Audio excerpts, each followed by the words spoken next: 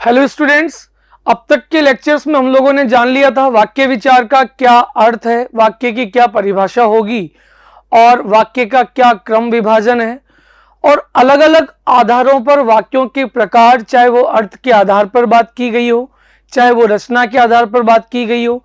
अर्थ के आधार पर हमने 7 से 8 वाक्य देखे, अलग अलग वाक्यों के एग्जाम्पल्स को हमने जाना और उनकी डेफिनेशंस के बारे में हमने जाना कि किस प्रकार से उन वाक्यों को अर्थ के आधार पर हम अलग अलग विभाजित कर सकते हैं। उसके बाद हम लोगों ने, जो हमारे पाठ्यक्रम का हिस्सा भी है, कि रचना के आधार पर वाक्यों का विभाजन और वाक्यों का रूपांतरण, हम लोगों ने उसके अंदर जान लिया था सरल वाक्य के बारे में। और आज के लेक्चर में हम जानेंगे हमारा दूसरा वाक्य, जिसको आप कह सकते हो संयुक्त वाक्य। कौन सा वाक्य?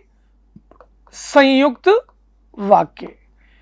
कि जिस प्रकार से हमने सरल वाक्यों को जाना कि उसमें एक या एक से अधिक उद्देश्य लेकिन विधेय एक होना चाहिए, उसी प्रकार संयुक्त वाक्य के अंदर भी इसको पहचानने के कुछ तरीके हैं।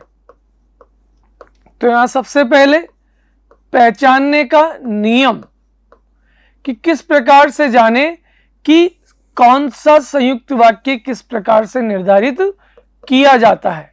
इसमें सबसे पहले हम डेफिनेशन देखेंगे कि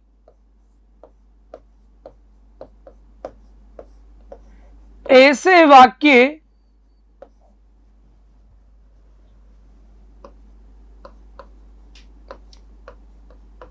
जिनका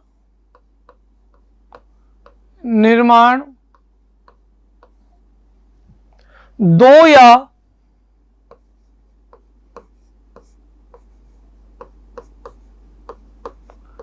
दो से अधिक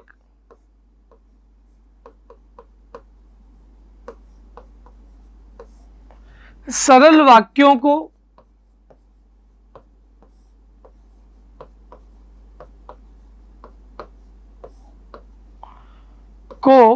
जोड़कर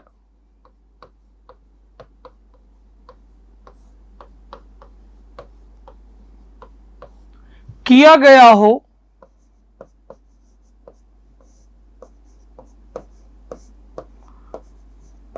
उन्हें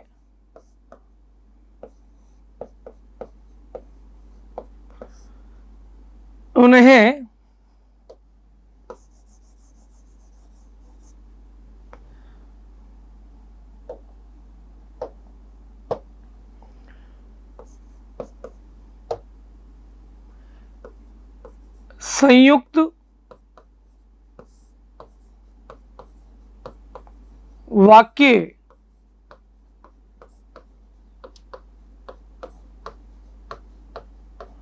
कहा जाता है।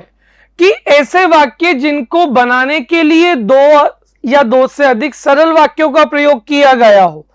तो इसका मतलब जहां पर दो सरल वाक्यों को जोड़कर एक नवीन वाक्य का निर्माण हो तो उसको हम संयुक्त वाक्य कहेंगे। लेकिन उन दोनों सरल वाक्यों को जोड़ने के लिए हमें कुछ शब्दों की आवश्यकता होगी, उन शब्दों के सहयोग से ही उन संयुक्त वाक्यों को बनाया जा सकता है। तो उन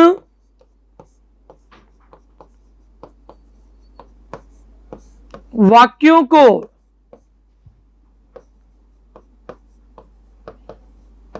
जोड़ने के लिए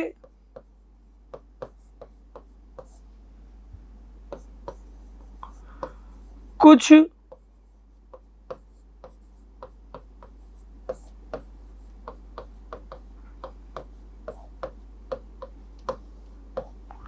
योजक शब्दों की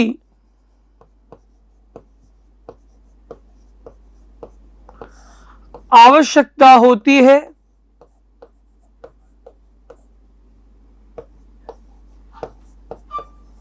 वे शब्द निम्नलिखित हैं कि जिनसे संयुक्त वाक्यों को बनाया गया हो। तो उन वाक्यों को जोड़ने के लिए हमें कुछ योजक शब्दों की आवश्यकता हुई और उन योजक शब्दों के हम कुछ नाम यहां पर देखते हैं कि किन किन शब्दों का प्रयोग करके संयुक्त वाक्य बनाए जा सकते हैं। जैसे और, तथा व या अथवा लेकिन किंतु परंतु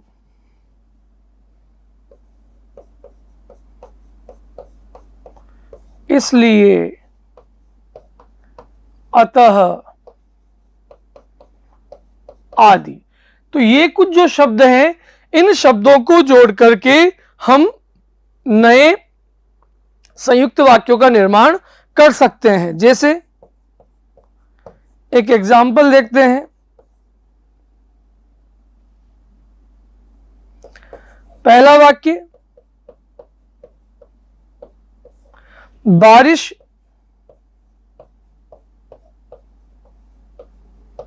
शुरू हुई, एक ये भी वाक्य हो गया। दूसरा वाक्य,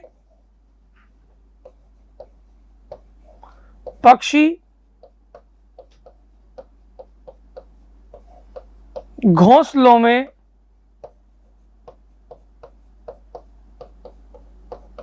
चले गए। अब इन दोनों वाक्यों को जोड़ने के लिए निश्चित तौर पर हमें कुछ न कुछ योजक शब्द की जरूरत पड़ेगी। अब इन दोनों वाक्य जो दो अलग अलग वाक्य हैं, यहां पर अगर क्रिया की बात करें तो शुरू होना क्रिया है, और यहां पर बात करें तो चले गए क्रिया है। तो दो इसका मतलब अलग अलग वाक्य हुए, स्वतंत्र वाक्य हुए, सरल वाक्य हुए। अब इन दोनों को जोड़ करके जब हम संयुक्त वाक्य बनाएंगे, तो संयुक्त वाक्य के लिए हमें कहा गया कि दो या दो से अधिक सरल वाक्यों को जोड़ा जा सकता है। अब यहां पर दो वाक्य दिखाई दे रहे हैं। अब इनको मैं जोड़ करके एक नया वाक्य बनाऊंगा, तो एक बात मुझे ध्यान रखनी पड़ेगी कि हमें कभी भी अपना टेंस चेंज नहीं करना है। जिस टेंस में दोनों वाक्य दिए हुए हैं, उन्हीं टेंस के अंदर हमें वहां पर उन वाक्यों का निर्माण करना होगा, और इन योजक शब्दों का सहायता आप उसमें कर सकते हो। तो इससे वाक्य बना, बारिश शुरू होते ही पक्षी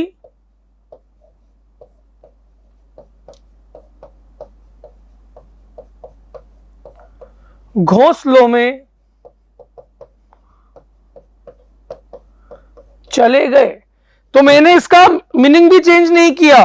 तो इस प्रकार से ये तो हो गया आपका सरल वाक्य, ठीक है, कि बारिश शुरू होते ही पक्षी अपने घोंसले में चले गए। अब मैं इसको अगर मान लो संयुक्त वाक्य में चेंज करूं, अब अगले वाले पेज में हम देखते हैं, हमारे पास सेंटेंस था, एक बार फिर दोबारा देखिए कि बारिश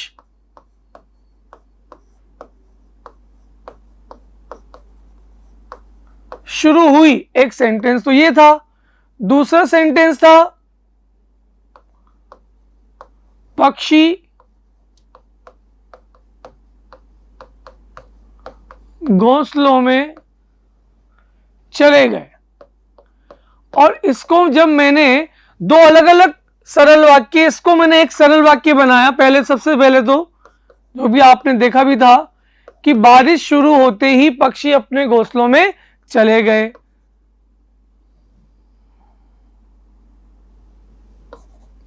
बारिश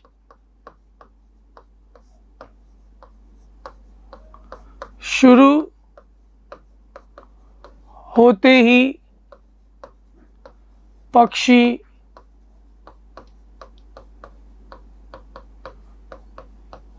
घोंसलों में चले गए। तो ये तो हो गया सरल वाक्य। अब इसको मैं कन्वर्ट करना है मुझे संयुक्त वाक्य बनाने में। तो कैसे होगा? यहां पर मैं उन योजक शब्द का प्रयोग करूंगा और अर्थ भी उनका चेंज नहीं होगा। बारिश शुरू हुई और पक्षी घोंसलों में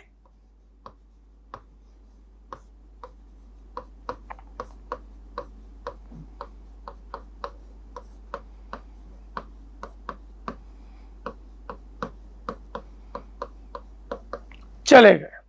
ठीक है, इसी प्रकार से दूसरा देखो, मैंने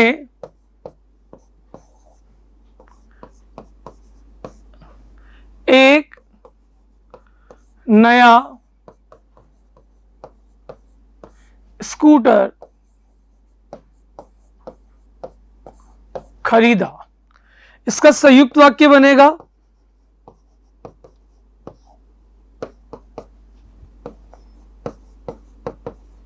मैंने एक नया स्कूटर खरीदा और वह नया था। तो कहने का मतलब हम जिस भी वाक्य को कन्वर्ट करें, जिस भी वाक्य में चेंज करें, तो हमें उस वाक्य की परिस्थितियों को देखना है, उसके लक्षणों को देखना है, और लक्षणों को देखते ही निश्चित तौर पर हम उस वाक्य के अंदर उसको हम कन्वर्ट कर सकते हैं। इसके बाद अगला है थर्ड, मिश्रित वाक्य।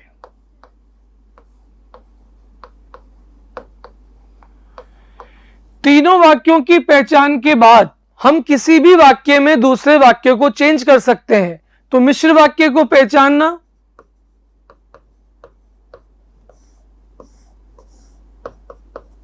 इसमें देखिए एक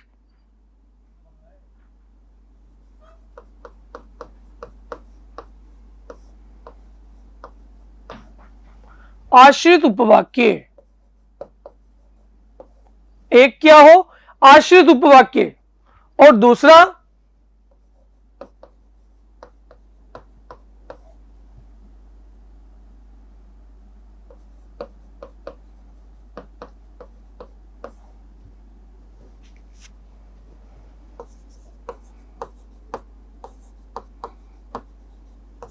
उपवाक्य। तो कहने का मतलब दोनों ही वाक्य क्या हो, दोनों ही वाक्य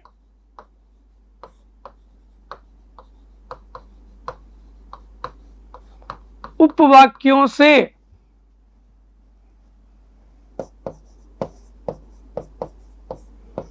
मिलकर बने। जैसे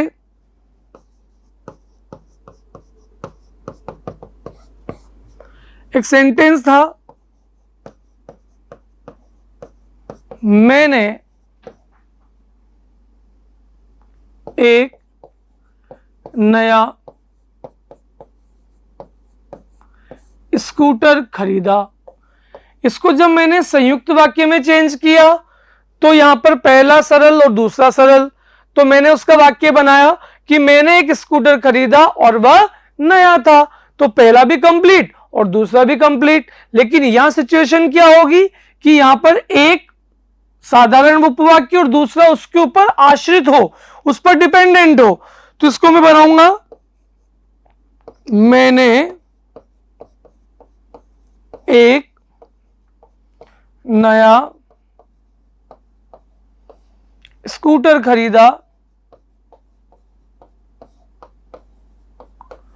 जो कि नया था। मैंने एक स्कूटर खरीदा जो कि नया था।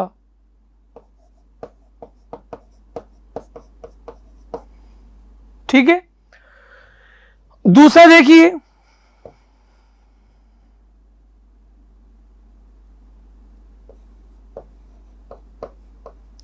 ज्यों ही मैं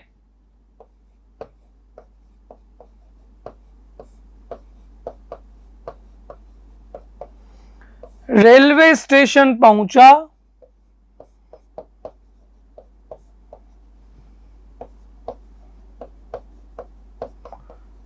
त्यों ही ट्रेन जा चुकी थी। तो कहने का मतलब संयुक्त वाक्य के अंदर भी योजक शब्द लग रहे हैं और मिश्र वाक्य के अंदर भी लगेंगे। तो यहां पर जो दो वाक्यों को